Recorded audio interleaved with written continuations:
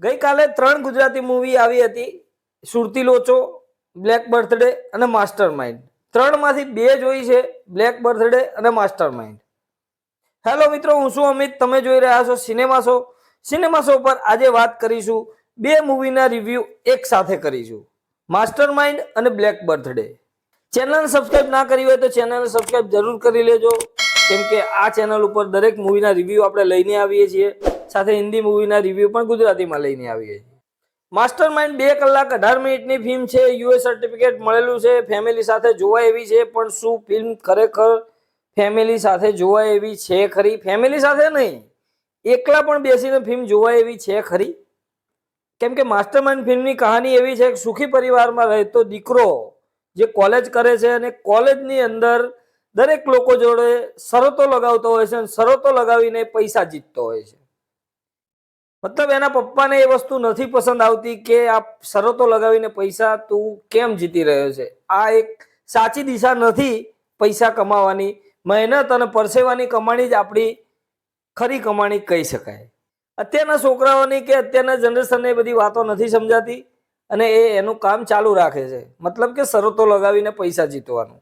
પણ એક વખત શરતમાં ને શરતમાં એક એવા ગુનામાં ફસાઈ જાય છે, મર્ડરમાં ફસાઈ જાય છે કે જે હવે બહાર નીકળવા માટે એમને કોઈ રસ્તો નથી. ફાંસી સુધીની સજા પણ એમને થઈ જાય છે. પણ પછી એમને રિયલાઇઝ થાય છે કે આ બધું નહોતું કરવાનું, પસ્તાવો થાય છે અને ઘણું બધું થાય છે.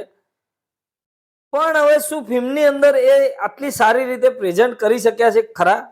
એ એક મોટો સવાલ છે.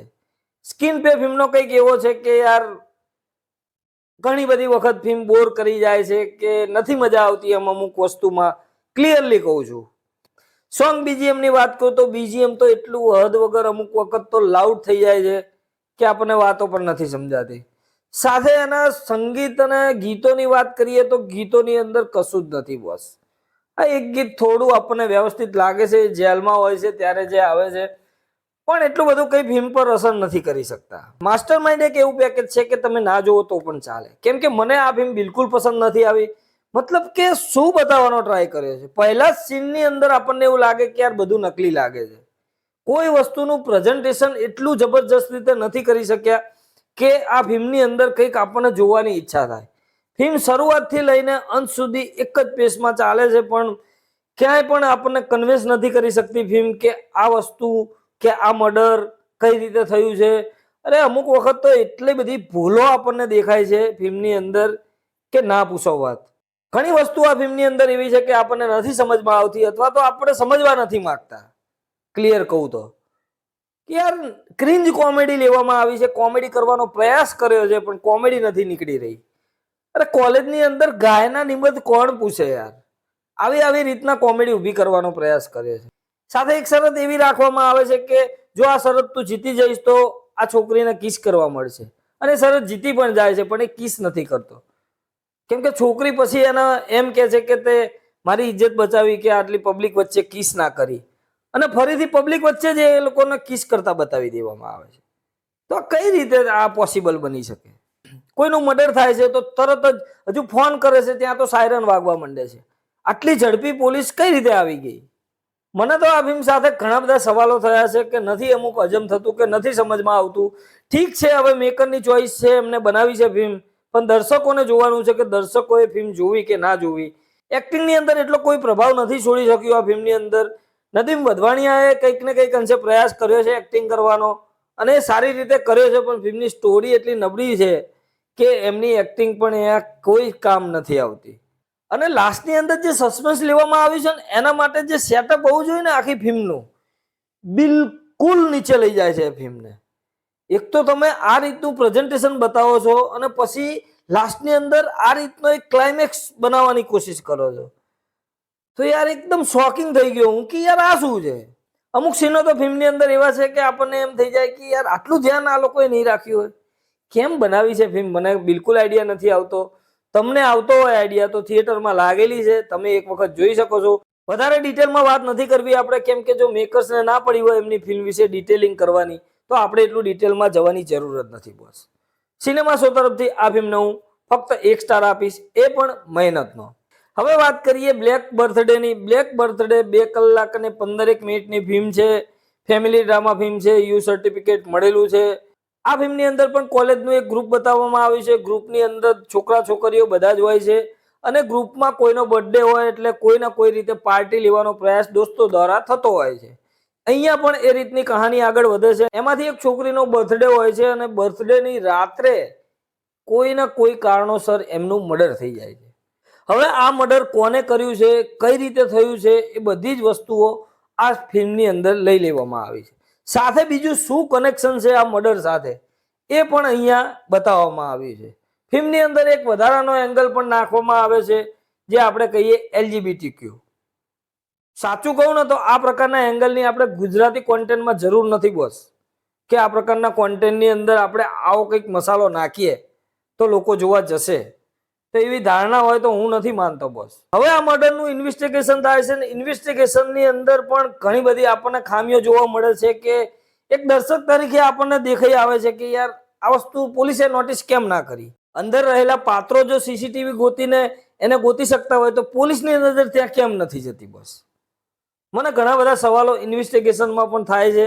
સાથે ફિલ્મની અંદર પ્રેઝન્ટેશન આપણને નથી એટલું વ્યાજબી લાગતું કે સીન બાય સીન આપણને એડિટિંગમાં પણ ખામી લાગે છે કે ક્યાંક ને ક્યાંક કંઈક મિસ થઈ ગયું છે કે અધૂરું બતાવી દેવામાં આવ્યું છે.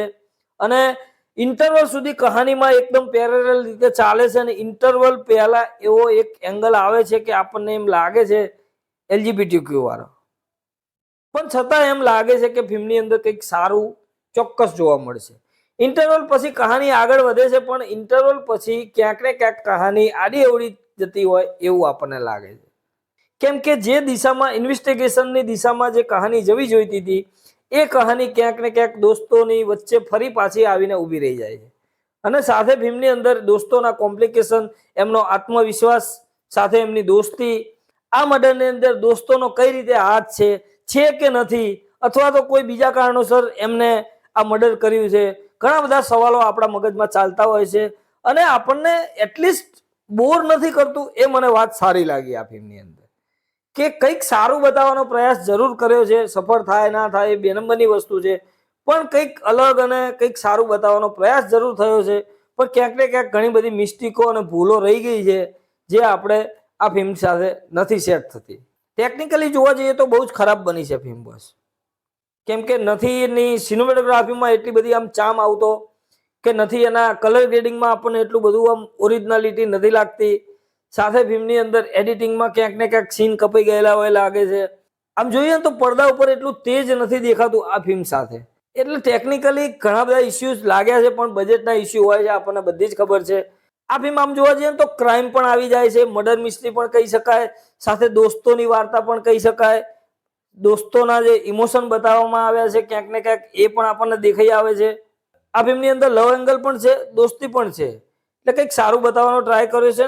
આ બાબતે કોઈ દોસ્તોની બાબતો ક્યાંક ને ક્યાંક કંઈક સફળ થતા હોય એવું મને લાગ્યું છે. અને એનો ક્લાઇમેક્સ જે રીતે લેવામાં આવે છે, જે ટ્વિસ્ટ લેવામાં આવે છે કે એક સાયકો થ્રિલર પ્રકારનું આપણને વાઇબ આવે છે, એ પ્રકારનો વિલન પણ એક નીકળીને આવે છે. કોણ છે એ તમને ફિલ્મની અંદર ખબર પડશે. બાકી સાવ બોરિંગ ફિલ્મ તો બિલકુલ નથી. એક્ટિંગની વાત કરું તો આર્જવ ત્રિવેદી ઘણી બધી જગ્યાએ બાજી મારી જાય છે એમના ઇમોશન બતાવવામાં. સાથે ફિલ્મની અંદર એમનો લવ એંગલ પણ એક લેવામાં આવે છે, એમાં પણ એ ઇમોશન બતાવી જાય છે. એમના મિત્રનો એક રોલ કર્યો છે, હું એટલીસ્ટ નામ ભૂલી ગયો. એમનું કામ આ ફિલ્મની અંદર બહુ સરસ રીતે લેવામાં આવે છે. એક હેલ્પિંગ મિત્ર હોય ને એ પ્રકારના મિત્રનો રોલ એમને કરે છે અને બખૂબી નિભાવી પણ જાય છે.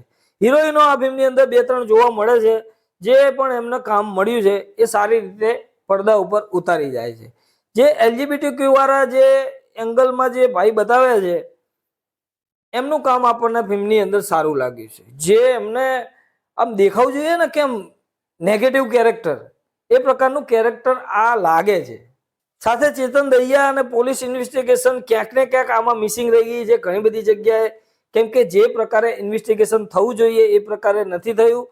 જે ઇન્વેસ્ટિગેશનમાં જે ભાર પડવો જોઈએ ને ફિલ્મ ઉપર, એ આ ફિલ્મ સાથે નથી પડતો. ક્યાંક ને ક્યાંક એ દોસ્તોની કે મિત્રોની વાર્તામાં ફિલ્મ ખોવાઈ જાય છે એવું મને પર્સનલી લાગ્યું. ઓલ ઓવર આ ફિલ્મ વિશે વાત કરું તો હું એટલું જ કહીશ કે સારી ક્રાઇમ મિસ્ટ્રી બનતા રહી ગઈ છે. હા, વન ટાઈમ વોચ છે, તમે એક વખત ટ્રાય કરી શકો છો, પણ મને છતાં પણ આ ફિલ્મ બિલો એવરેજ લાગી છે. સિનેમા શો તરફથી આ ફિલ્મને હું 2 સ્ટાર આપી શકું છું. તમે આ બંને ફિલ્મો જોઈ છે અથવા તો જોવાની છે તો મને કોમેન્ટ બોક્સમાં જરૂરથી કહેજો કે તમને ફિલ્મ કેવી લાગી છે. મળીએ મિત્રો નેક્સ્ટ વિડીયોની અંદર નવી ફિલ્મો સાથે સિનેમા શો પર.